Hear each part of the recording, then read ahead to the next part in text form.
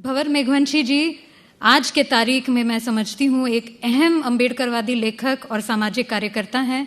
ये भिलवाड़ा राजस्थान से आते हैं। इन्होंने 90 के दशक में ये आरएसएस के प्रचारक के तौर पर काम किए हैं। उस एक्सपीरियंस के बारे में उन्होंने अपने किताब में लिखी है, जिसका नाम है मैं एक कार सेवक था। उसका अभी अंग्रेजी में अनुवाद भी आया है। आरएसएस से निकलने के बाद उन्होंने डायमंड इंडिया प्रकाशन स्थापित किया और उसको तकरीबन 10 साल तक चलाए। वो राजस्थान में मजदूर किसान शक्ति संगठन के भी हिस्सा हुआ करते थे और अब जो ये हैं शून्यकाल.com, इसके संपादक हैं। भंवर जी जिस सरलता, स्पष्टता और सटीकता से बोलते हैं, ये वाकई उल्लेखनीय है। मुझे बहुत खुशी है कि आज जो है हमारे कार्यक्रम में आज ये शामिल हुए हैं। बहुत बहुत स्वागत आपका भंवर जी। इस देश के सबसे असांस्कृतिक संगठन की सांस्कृतिक राजनीति पर बोलना बड़ा कठिन सा काम है।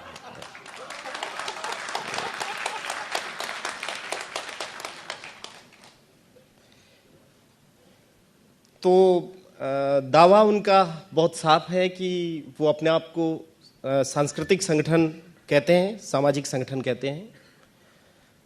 सारी जो ऑर्डर दिए जाते हैं वो संस्कृत भाषा में दिए जाते हैं, ताकि ये रहे कि ये कोई इंसानों की भाषा में आपको आदेश नहीं मिल रहा है, ये देवीय भाषाओं में आदेश है और ये बिल्कुल आपको मानना ही पड़ेगा। और तब भी समझ में नहीं आए तो ये भी कहा जाता है बार बार कि ये ईश्वरीय कार्य है। तो अंततः फिर तो मानना ही होता है। मैंने बहुत बचपन में मान लिया और बालिग होने तक उसको छोड़ दिया। प्रचारक नहीं रहा, स्वयंसेवक था और पहली कार सेवा में कार सेवा करने गया, पहुंचा नहीं। जब मस्जिद तोड़ी गई उस समय तक बाहर आ गया, तो मेरा उसमें कोई भागीदारी नहीं है, ये मैं स्पष्ट कर दूं। तो सांस्कृतिक संगठन का दावा है, संस्कृत में आज्ञाएं दी जाती है और संस्कृति के रक्षण का पूरा उन्होंने वो कहते हैं कि हम इस देश की सभ्यता और संस्कृति को रक्षित कर रहे हैं।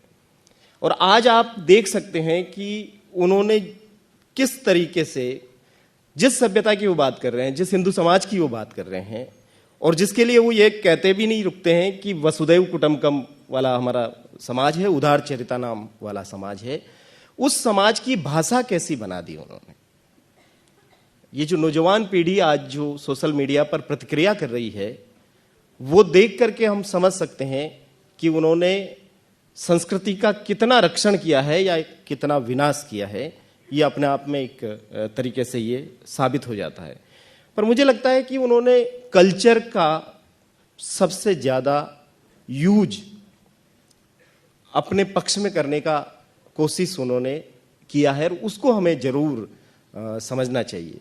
कई बार हमको लगता है कि क्योंकि जन आंदोलनों ने भी उसको बहुत समझा है। यहाँ ज़्यादातर आप लोग जो बैठे हैं, आप पीपल्स मूवमेंट से आते हैं और बहुत सारे लोग तो वो हैं जिनको हम सुनते, पढ़ते, देखते हुए इस काम में आए हैं। लेकिन मुझे लगता है कि कई बार ये काम करते हुए मुझे लगता है कि हम कल्चरल आर्टिस्ट को केवल बीच के समय में ऐसे उसको खड़ा करते हैं ताकि वो लोगों को बांधे रखे, जनता को थोड़ा मनोरंजन हो जाए, ताकि फिर हम लंबे लंबे भाषण लगा करके और लोगों को फिर बोर करें और फिर कोई साहिल जैसा आकर के और थोड़ा अपना गाना गा जाए। इस मानसिकता को हमें शायद बदलने की जरूरत है। कल्चर अपने आप में बहुत ताकतवर चीज है और इस ताकत को उन लोगों ने समझ लिया। उनका कल्चर से कोई लेना देना नहीं है, कोई भी इस संस्कृति से या सांस्कृतिक चीजों से भी आरएसएस को कोई मैं सोचता हूं कोई आस्था नहीं है उनकी। जैसे वो धार्मिक भी नहीं है, उनको धर्म से भी कोई आस्था नहीं है, वैसे ही उनका कल्चर में कोई आस्था नहीं। पर उनको ये समझ में आ गया है कि आम लोग कल्चर से जल्दी प्रभावित हो जाते हैं। आप अगर शाखा का स्वरूप देखें, 1 घंटे की शाखा का, तो उसमें भी 15 से 20 मिनट का टाइम नारों के लिए, गीतों के लिए, और गीत इतने अच्छे अच्छे कि आप उसका विरोध नहीं कर सकते। मैं भी जब गया आरएसएस में तो पहला गाना जो मैंने सीखा, संगठन गढ़े चलो, सुपंथ पर बढ़े चलो, भला हो जिसमें देश का काम वह किए चलो। अब इससे किसका विरोध होगा? सब लोग कहेंगे ये तो बहुत अच्छी बात है। और ऐसी ही तमाम अच्छी अच्छी बातें बच्चों के मन में, और खास तौर पे बच्चे, क्योंकि वहां एक सोच भी है कि खाली कागज, कोरे कागज को पकड़ा जाए, खाली मन के लोगों को पकड़ा जाए। ऐसा नहीं कि जिनका पहले से मन बन रखा है उनका नहीं, तो छोटे छोटे बच्चों का, 5 साल की उम्र के भी बच्चे आप देख सकते हैं। मैं तो 13 साल की उम्र में पहुंचा, मतलब मैं नहीं पहुंचा, मेरे गांव में आरएसएस पहुंचा 13 साल की उम्र में। और वो लाए जो भूगोल के टीचर थे। तो मुझे तो कई बार ये लगता था कि 8 पीरियड तो स्कूल में चल रहे हैं और 9वां पीरियड जो है ये शाखा में चल रहा है। लेकिन वो बचपन से कई सारे विरोधाभास भी समझ में आए, क्योंकि जो टीचर हमें भूगोल पढ़ाते थे वो स्कूल में तो पढ़ाते थे कि सूर्य आग का गोला है, और उसी शाम को आकर के वो शाखा में सूर्य नमस्कार करवाते थे और ये कहते थे कि सूर्य जो है वो देवता है, और बजरंगबली ने उनको मुंह में चबा लिया था, फिर वापस भी निकाल दिया। और फिर मैंने उनसे पूछा भी एक बार कि सर ये आग का गोला है कि भगवान है, क्या है? तो उन्होंने कहा कि शाखा में तो सूर्य भगवान है, लेकिन क्लास में जो है वो आग का गोला है। ये आप समझ सकते हैं कि उनकी कल्चरल पॉलिटिक्स क्या है, किस तरह का चीजें हैं। सारे कार्यक्रम जो होते हैं आरएसएस के, वो गीत से शुरू होते हैं, चाहे वो बैठक हो, एकत्रीकरण हो, चाहे कोई भी कार्यक्रम हो, चाहे रूट पथ संचलन निकल करके एक जगह पे बड़ा कार्यक्रम हो, एक गाना जरूर गाया जाएगा। शुरू में एक गाना गाया जाएगा, बाद में। उनको ये समझ में आ गया है कि जितने भी पर्व, त्योहार और उत्सव है, ये लोगों के जनमानस में बहुत अंदर तक बैठे हुए हैं, और उनका कैसे उपयोग किया जा सकता है वो सबसे बेहतरीन उपयोग उन्होंने किया। हालांकि दिवाली आरएसएस नहीं मनाता है। आप देखेंगे कि वो 6 उत्सव जो बनाते हैं उसमें दिवाली नहीं है। हिंदू साम्राज्योत्सव मनाएंगे, वर्ष प्रतिपदा मनाएंगे, रक्षाबंधन मनाएंगे। रक्षाबंधन इसलिए मनाना बहुत जरूरी क्योंकि वो रक्षा करने के लिए ही पैदा हुए हैं। वो हिंदुओं को कह रहे हैं कि हम तुम्हारी रक्षा करेंगे, और अगर रक्षाबंधन न बनाए तो फिर मुश्किल हो जाता है। मुश्किल यह है कि उन्होंने दावा किया कि हम हिंदू समाज को निर्भीक, सशक्त और निडर बनाएंगे। 95 साल के काम के बाद उसका रिजल्ट ये है कि उन्होंने हिंदू समाज को 14% लोगों से इतना डरा दिया है कि वो एकदम डरपोक समाज बन गया है, और वो रोज डर रहे हैं। अब तो वो शाहीन बाग से ही डर रहे हैं, एक छोटी सी जगह से डर रहे हैं। तो आप सोचिए कि कितना निर्भीक समाज उन्होंने बना करके दिया है। तो खैर, बहुत सारी चीजें मैंने अपनी किताब में लिखी कि वो किस तरीके से शाखा का संचालन करते हैं, किस तरह कल्चरल चीजों का उसमें उपयोग करते हैं।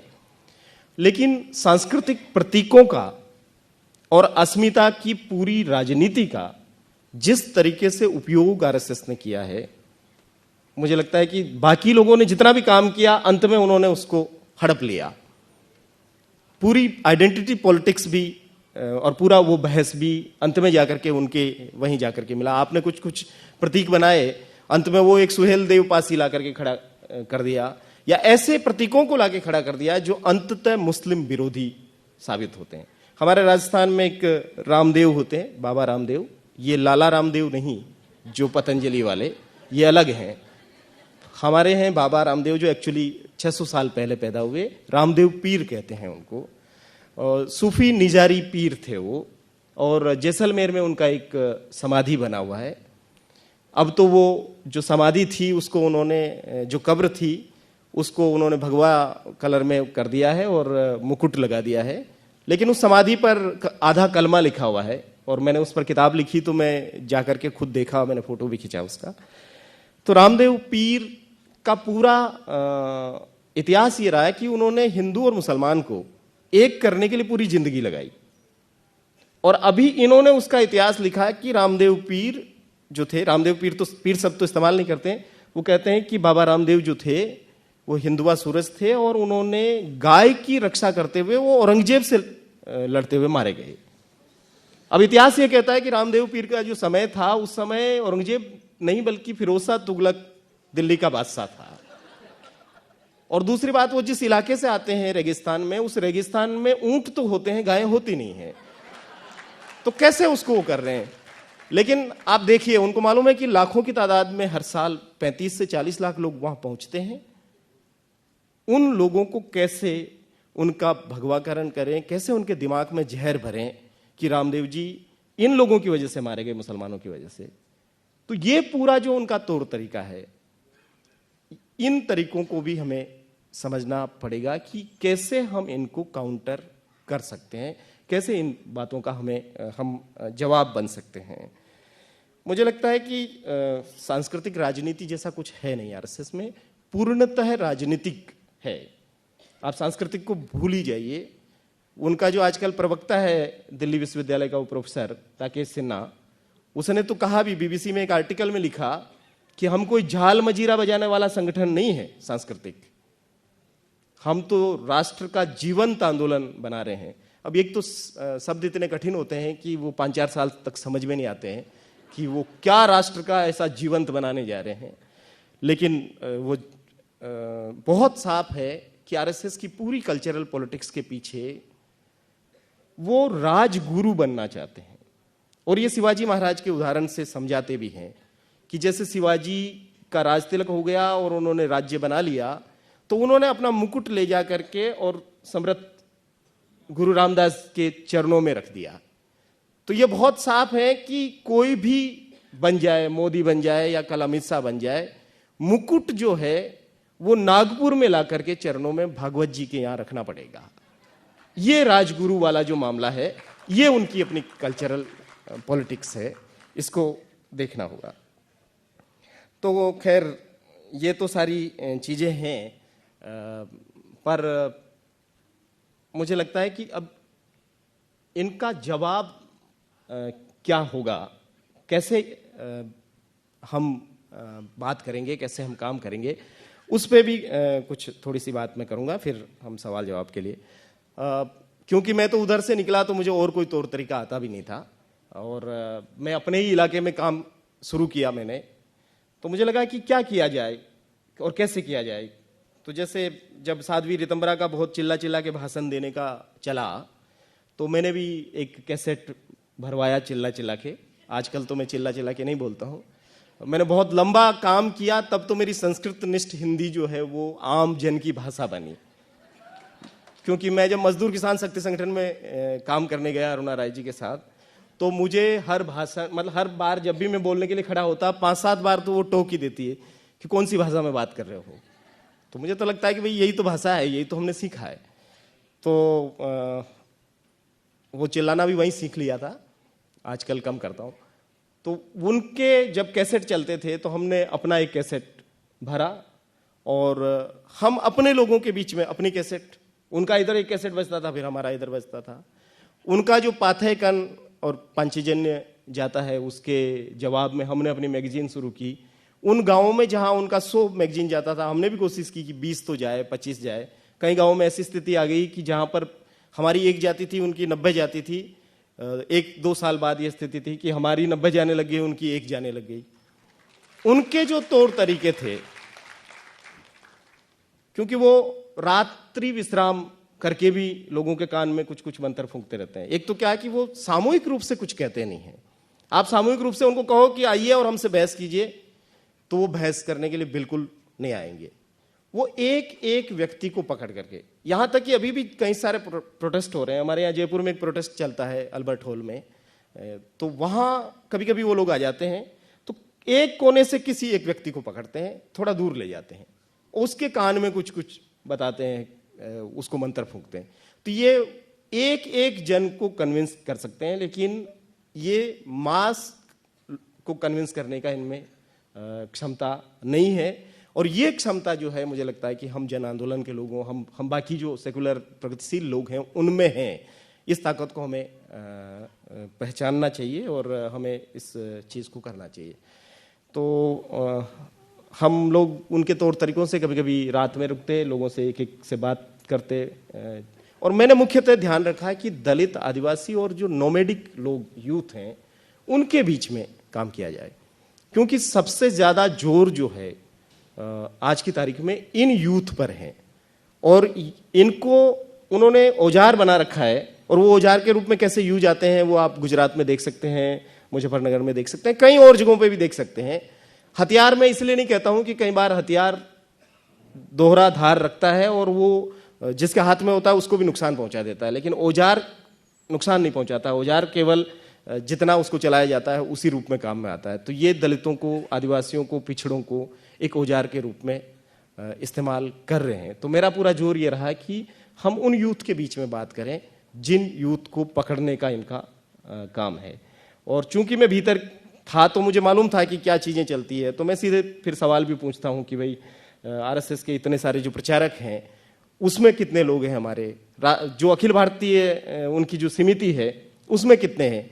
और आप कभी भी एनालाइज करिएगा, इस साल का भी करिएगा, मैंने तो 2-3 साल पहले का किया, 36 लोग अखिल भारतीय कार्यकारिणी में थे, उसमें से 26 ब्राह्मण समाज से थे, और बाकी जो बचे हुए 10 हैं उसमें से 6 वैश्य और क्षत्रिय, 2 ओबीसी के, एक भी दलित नहीं, एक भी आदिवासी नहीं।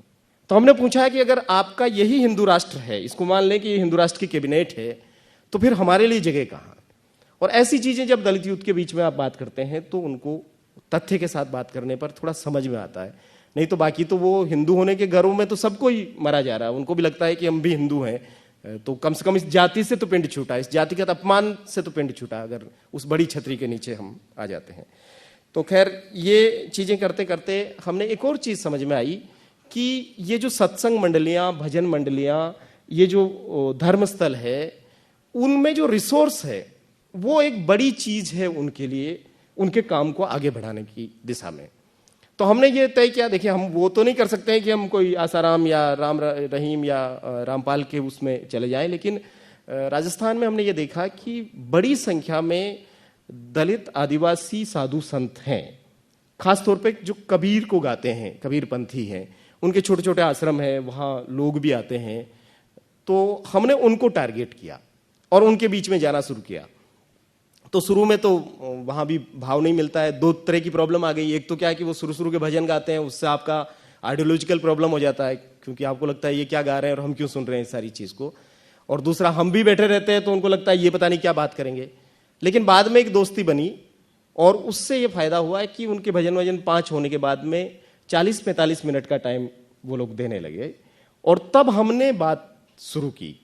और बात उस रूप में शुरू की कि ये आपके जितने भी महाराज बैठे हैं, ये आपको आपके मर जाने के बाद उस लोक में क्या मिलेगा वो बताएंगे। मैं आपको ये बताने के लिए आया हूं कि आपको जीते जी इस लोक में क्या मिल सकता है, और वो जो दिया वो डॉक्टर अंबेडकर ने आपको दिया है। इनके जितने भी ये ग्रंथ हैं, सारा सब कुछ, मुक्ति उधर नहीं मिली, मुक्ति संविधान से मिली। तो आप रखिए अपने दरवाजों, दीवारों पर बहुत सारे देवी देवता, लेकिन थोड़ा खिसकाइए और वहां एक थोड़ी सी जगह बनाइए डॉक्टर अंबेडकर के लिए। आप रोज पढ़िए हनुमान चालीसा वगैरह, लेकिन एक भारत का संविधान भी वहां आप रखिए। तो ऐसे हमने थोड़ा बातचीत शुरू की 2006-07 में, और उसके बाद काफी जगह मिलने लगी। मैं अब तक 1000 से ज्यादा सत्संगों में जाकर के अपनी बात को रखा हूं, और लोग अब सुन रहे हैं। हमने 2012 में जब अंबेडकर जयंती मनाई भीलवाड़ा में, तो करीब 250 की संख्या में वहां साधु संत आए और आम पब्लिक में बैठे, न कि उनके लिए कोई स्पेशल मंच बनाना पड़ा।